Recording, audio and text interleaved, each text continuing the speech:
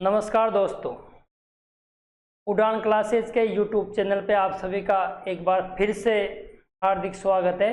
जैसा कि आपको पता है कि उड़ान क्लासेज में 5 अप्रैल से प्री BSTC के बैच स्टार्ट हो रहे हैं।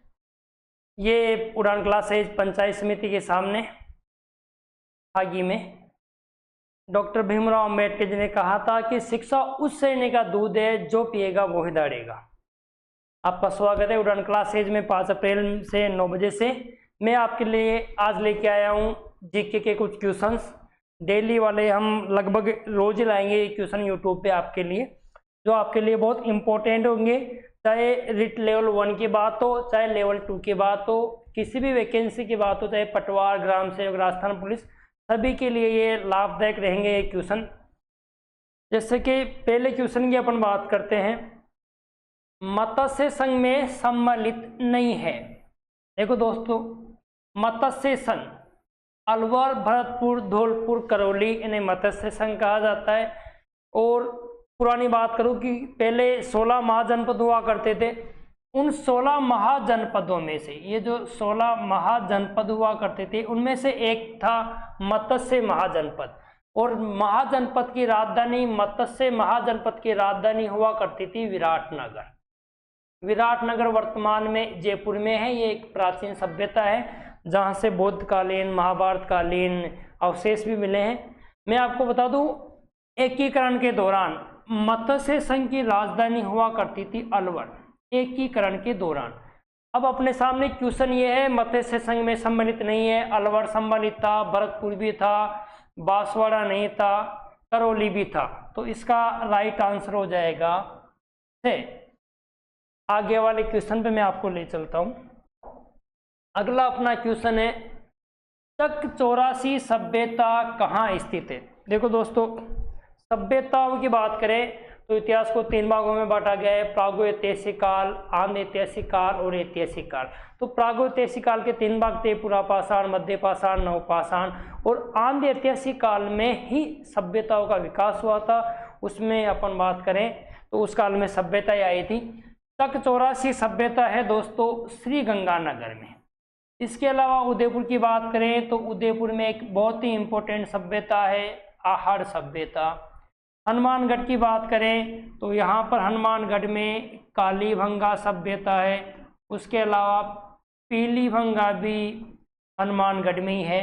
ये कालीभंगा सभ्यता जो आंतरिक प्रवाह की सबसे बड़ी नदी है, घग्गर नदी, जो कभी कभी बाढ़ आने के बाद में फोर्ट अब्बास तक पहुंच जाती है, उसी घग्गर नदी जिसे सरस्वती नदी भी कहा जाता था, उसी के किनारे स्थित है ये आहड़ सभ्यता, सॉरी कालीभंगा सभ्यता।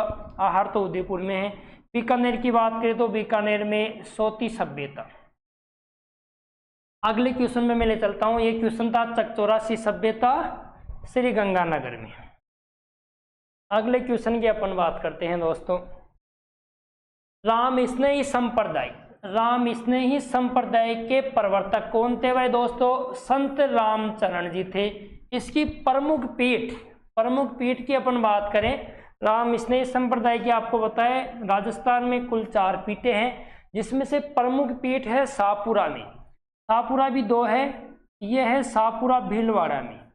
राम स्नेही संप्रदाय की प्रमुख पीठ शाहपुरा भीलवाड़ा में, जिसके संस्थापक संत रामचरण दास जी महाराज थे। एक शाहपुरा जयपुर में भी है। ये जो राम स्नेही संप्रदाय की और भी पीठें हैं, एक रेण है, एक सिंहतल है। रेण पीठ नागौर में है, सिंहतल पीठ बीकानेर में है, और एक खेड़ापा ऑप्शन में भी आ गई, एक खेड़ापा पीठ है। खेड़ापा पीठ है भाई जोधपुर में, जिसके संस्थापक रामदास जी महाराज थे। रूणीचा रामदेव जी की नगरी, और नरेना अपने जयपुर में दादू दयाल जी की नगरी। एक बात ये थी कि अपने सामने कोई क्वेश्चन आए, अगर चारों ऑप्शन आपने को आए तो क्वेश्चन चांस गलत होने का बिल्कुल भी चांस नहीं रहता। कॉन्सेप्ट क्लियर होना चाहिए, आप आसानी से एग्जाम कंपटीशन फाइट कर पाओगे। देखो दोस्तों, अगला क्वेश्चन है अपना, रामदेवरा मेला कामरिया जाति की महिलाएं कौन सा नृत्य करती है? सबसे पहले रामदेव जी के बारे में आप सभी को पता है। अजमल जीरा लाल, मैना देरा बरतार, माको हेलो सुनो जी रामा पीर। ये रामदेव जी रोनेचा नगरी जैसलमेर में है रामदेवरा। वहां पर एक नृत्य किया जाता है कामड़िया नृत्य। कामड़िया जनजाति की महिला द्वारा नृत्य किया जाता है। ये कामड़िया जनजाति की महिला है दोस्तों, यह है पारदला गांव से, और पारदला गांव है पाली के अंदर। ये महिलाएं 13 ताली नृत्य के लिए प्रसिद्ध है, और इसमें ऑप्शन में होगा ये रहा 13 ताली नृत्य। अब ये 13 ताली नृत्य शरीर पे 13 मजीरे बांध के किया जाता है कामड़ जनजाति के महिलाओं द्वारा। और इस 13 ताली नृत्य के लिए एक प्रसिद्ध महिला थी जिसे राष्ट्रीय अवार्ड भी मिला है, मांगी बाई। ये मांगी बाई भी दोस्तों कामड़िया जनजाति से संबंधित है। इनकी मृत्यु लगभग 97 वर्ष की आयु में पारदला गांव पाली में ही हुई थी। आगे अपन बात करते हैं चरी नृत्य, जो सिर पे चरी रख के किया जाता है, किशनगढ़ की गुर्जर जनजातियों का प्रसिद्ध है। ये भंगोरिया नृत्य भील जनजाति के द्वारा किया जाता है, जो मध्य प्रदेश का बहुत ज़्यादा प्रसिद्ध है। और ढोल नृत्य की बात करें तो ढोल नृत्य झालोर का प्रसिद्ध है। विशेष आयोजन में ढोल नृत्य किया जाता है। चरी नृत्य किशनगढ़ और भांगोरिया नृत्य भील जनजाति विशेषकर मध्य प्रदेश का है। दोस्तों, उम्र थका नहीं सकती, ठोकरें गिरा नहीं सकती। उम्र थका नहीं सकती, ठोकरें गिरा नहीं सकती। अगर जीतने का जज्बा हो तो परिस्थितियां हरा नहीं सकती। अगले क्वेश्चन पे अपन चलते हैं। अगला क्वेश्चन अपना है, देखो राजस्थान में राठौड़ों की कुलदेवी नागनेची माता का मंदिर कहाँ स्थित है? नागनेची माता, इसमें ऑप्शन में ये राठौड़ों की कुलदेवी, तो राठौड़ों की कुलदेवी नागनेची माता है दोस्तों, वो जोधपुर में स्थित है। और आपको पता होगा एक बार यहाँ एक भगदड़ भी मच गई थी जिसमें बहुत सारे लोग मारे गए थे। जैसलमेर जैसलमेर बाटी वंश के लिए प्रसिद्ध रहा है। जयपुर जिसे ढूंढाड़ कहा जाता है, यहाँ पर कच्छावा वंश ने राज किया था। और राठौड़ों ने 2 स्थानों पर शासन किया, जोधपुर के राठौड़ और बीकानेर के राठौड़। अगले क्वेश्चन पे मैं आपको ले चलता हूँ। अगर आपको पसंद आ रहा है, अच्छा लग रहा है, तो चैनल को सब्सक्राइब करें ताकि हमारे फॉलोअर्स बढ़ सके। इसे लाइक भी करें और बेल आइकन को दबाएं ताकि ये वीडियो आपके सामने आ सके। देखो दोस्तों, अलवर भरतपुर क्षेत्र में बोली को क्या कहा जाता है? जो अलवर और भरतपुर की क्षेत्र की जो बोली है, इसे कहा जाता है दोस्तों मेवाती। मेवाती कहा जाता है। तो शेखावटी सिक्कर झुंझुनू चोरू की जो भाषा है उसे शेखावटी कहा जाता है। हाड़ौती कोटा बूंदी बारा झालावाड़ की भाषा है, उसे हाड़ौती क्षेत्र और हाड़ौती भाषा कहा जाता है। मारवाड़ी, जो मारवाड़ जोधपुर के आसपास बोली जाती है, उसे मारवाड़ी कहा जाता है। अगर आपके सामने ये समस्या आती है कि आपको याद नहीं होता है, अक्सर स्टूडेंटों की शिकायत रहती है, सर मैं बहुत पढ़ता हूँ, सर मैं बहुत पढ़ती हूँ, परंतु मैं भूल जाता हूँ, भूल जाती हूँ, तो उसकी समस्या ये है, एक तो डेली 5 से बादाम खाया करो और टेंशन लेने की जरूरत नहीं है, सभी भूल जाते हैं। हाँ, ये हुआ करता है कि आप लिख के नोट्स बना के याद करने की आदत डालो। दूसरी बात, आप मैप जो नक्शे वगैरह होते हैं उसके ऊपर पढ़ो। ऐसा कहा जाता है कि एक राइट और एक लेफ्ट माइंड होता है, ये लेफ्ट वाला होता है, ये नक्शों को जल्दी कवर करता है। आप बिल्कुल नहीं भूलोगे अगर नक्शों में डाल डाल के पढ़ने की आदत डाल लोगे। अगले क्वेश्चन पे चलते हैं। राजस्थान में ढूंढाड़ क्षेत्र के कच्छावा राजवंश की कुलदेवी। ढूंढाड़ भाई जयपुर और दौसा का जो आसपास का क्षेत्र था उसे ढूंढाड़ कहा जाता था। यहाँ जयपुर दौसा में मेना राज किया करते थे। ढूंढाड़ राजवंश की स्थापना, इस वंश का संस्थापक था भाई, इस वंश का संस्थापक दुल्ला राय था। ढूंढाड़ में कच्छावा राजवंश का संस्थापक कौन था? दुल्ला राय था दोस्तों। इसी दुल्ला राय ने एक मंदिर बनवाया जमुआ रामगढ़ के पास, जिसे जमुआई माता कहा जाता है, और कच्छावा राजवंश की कुलदेवी है जमुआई माता। ये फर्स्ट ऑप्शन में रही जमुआई माता।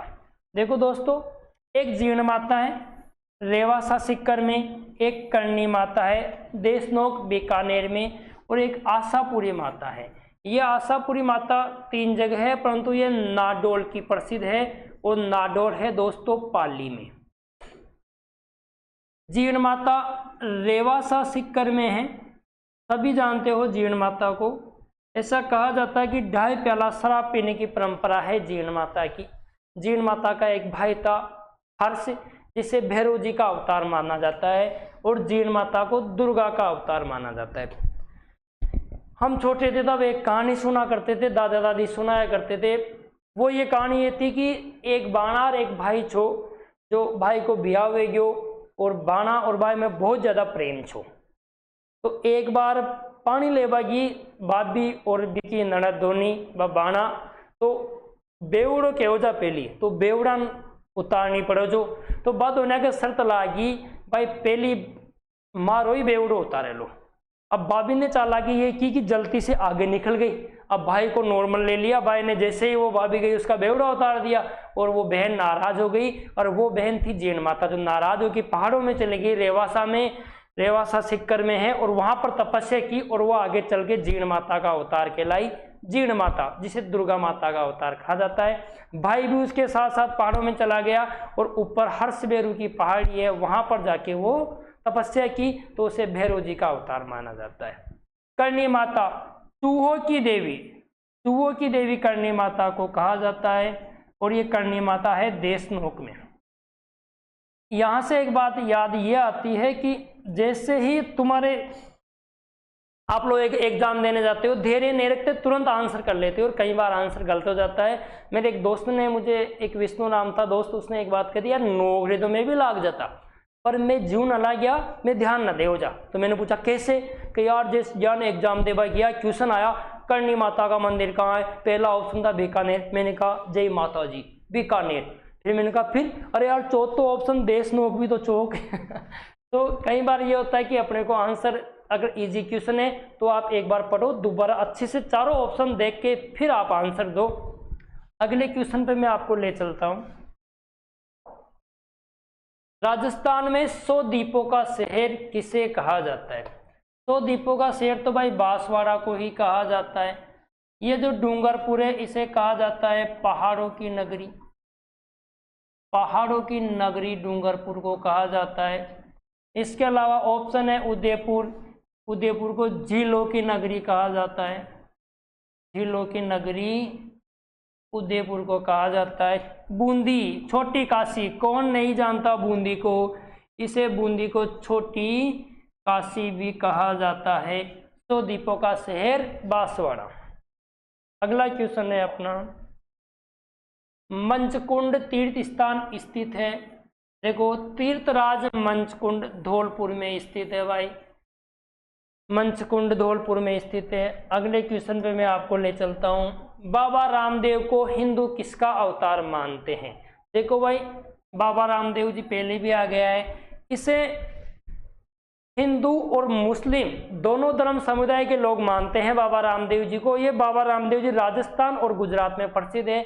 रामदेव जी की रुनेचा नगरी जैसलमेर में स्थित है। इस बाबा रामदेव जी को मुस्लिम लोग रामसा पीर, मुस्लिम लोग इसे रामसा पीर के नाम से जानते हैं, जबकि हिंदू लोग इसे भगवान कृष्ण का अवतार मानते हैं। इसे भगवान कृष्ण का अवतार मानते हैं। बाबा रामदेव जी बहुत प्रसिद्ध है। अजमल जीरा लाल, माता मैना देरा भरतार, खम्मा खम्मा घनी जी रामा पीर। सभी को बहुत बहुत धन्यवाद। यूट्यूब चैनल को लाइक करें, सब्सक्राइब करें। उड़ान क्लासेज BSTC की ऑफलाइन क्लासेज 5 अप्रैल से आपका हार्दिक स्वागत है। धन्यवाद।